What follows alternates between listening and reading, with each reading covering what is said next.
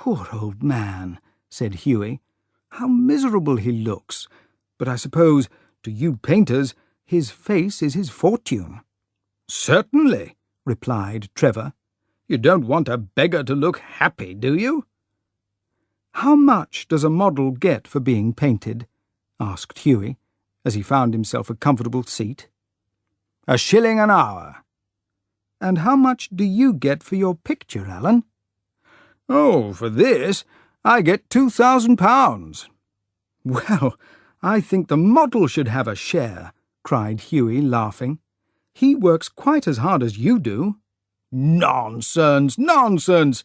Look at the trouble of laying on the paint and standing all day in front of the picture. It's easy, Hughie, for you to talk, but you mustn't talk. I'm busy. Smoke a cigarette and keep quiet."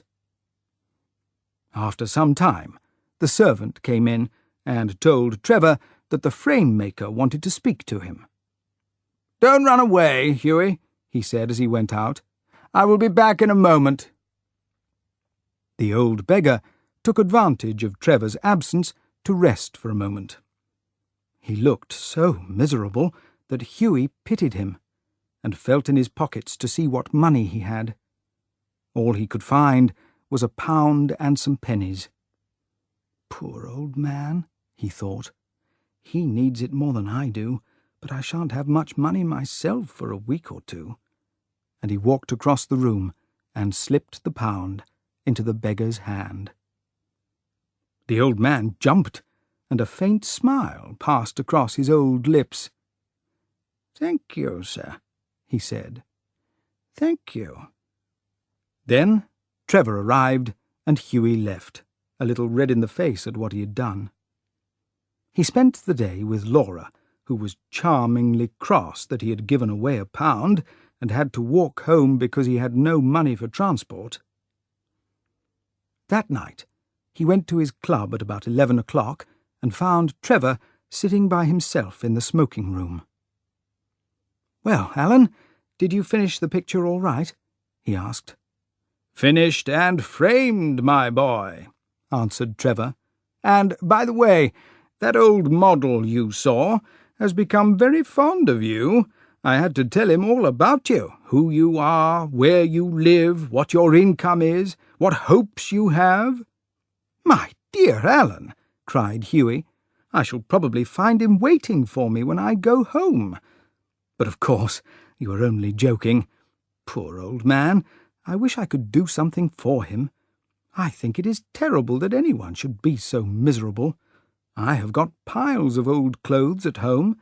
Do you think he would like any of them? His clothes were falling to bits." "But he looks wonderful in them," said Trevor. "I would never want to paint him in good clothes, but I'll tell him of your offer." "Alan," said Hughie seriously, "you painters are heartless men."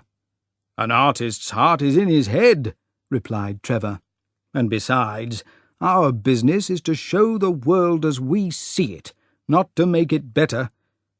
And now, tell me how Laura is. The old model was quite interested in her." "You don't mean to say you talked to him about her?" said Hughie. "Certainly I did. He knows all about the cruel father, the lovely Laura, and the £10,000. "You told the old beggar all about my private affairs?" cried Hughie. "My dear boy," said Trevor, smiling, "that old beggar, as you call him, is one of the richest men in Europe. He could buy all London tomorrow and still have money in the bank. He has a house in every capital, eats off plates of gold, and can prevent Russia going to war when he wishes." "What on earth do you mean?" cried Hughie. "What I say," said Trevor. "The old man you saw today in my room was Baron Hausberg. He is a great friend of mine, buys all my pictures and that sort of thing, and asked me a month ago to paint him as a beggar. There's nothing surprising about that. These rich men have some strange ideas, and I must say he looked fine in those old clothes." "Baron Hausberg?" cried Hughie. "Good heavens! I gave him £1!" and he sank back into his chair in shock. "Gave him £1?" shouted Trevor, and he roared with laughter. "My dear boy, you'll never see it again. His business is with other people's money." "I think you ought to have told me, Alan," said Hughie in a bad temper, "and not have let me make such a fool of myself." "Well, to begin with, Hughie," said Trevor, "I never thought that you went about giving your money away in that careless manner. I can understand your kissing a pretty model, but not giving money to an ugly one. Besides, when you came in, I didn't know whether Hausberg would like his name mentioned. You know he wasn't in his usual dress." "How stupid he must think me," said Hughie. "Not at all. He was in the highest spirits after you left, and kept laughing to himself. I couldn't understand why he was so interested in knowing all about you, but I see it all now. He'll keep your £1 for you, pay you interest every 6 months, and have a story to tell after dinner." "I am an unlucky devil," said Hughie. "The best thing I can do is to go to bed, and, my dear Alan, you mustn't tell anyone. I wouldn't dare show my face if people knew." "Nonsense! It shows your kindness of spirit, Hughie. Have another cigarette, and you can talk about Laura as much as you like." But Hughie refused to stay. He walked home feeling very unhappy, and leaving Alan Trevor helpless with laughter.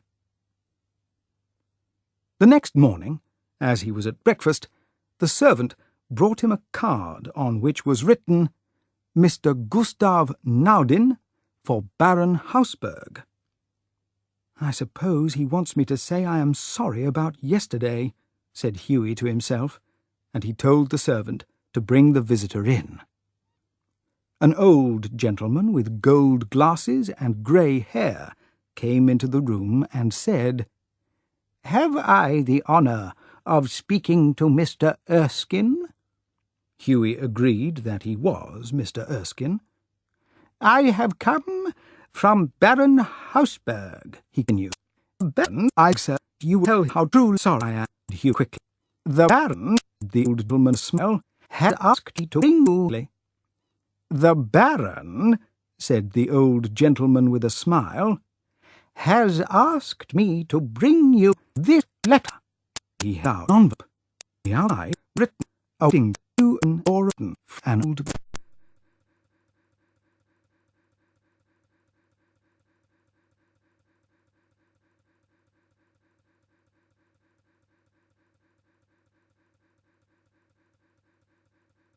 For £10,000.